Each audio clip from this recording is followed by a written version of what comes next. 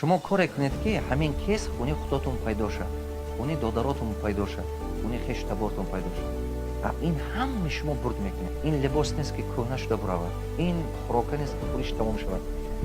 یک این کتاب ممکن که تقدیری وی عائله دیگر میکنه. فهمیدید؟ در حقیقت همین خیلی یک تا فکر سرش به بیاد که ممکن که یک عمره آینده صفت حیات او دیگه شده برود. شما همین به سببگار، من شما میدونیم که اگه تو سببگار خوشبختی و بهبودی یک کس شدی، روز قیامت سببش تو اومدن میگیره. همه چیز خوب برای سبب این چیه؟ علم. یگان چی علم به نمیرسه.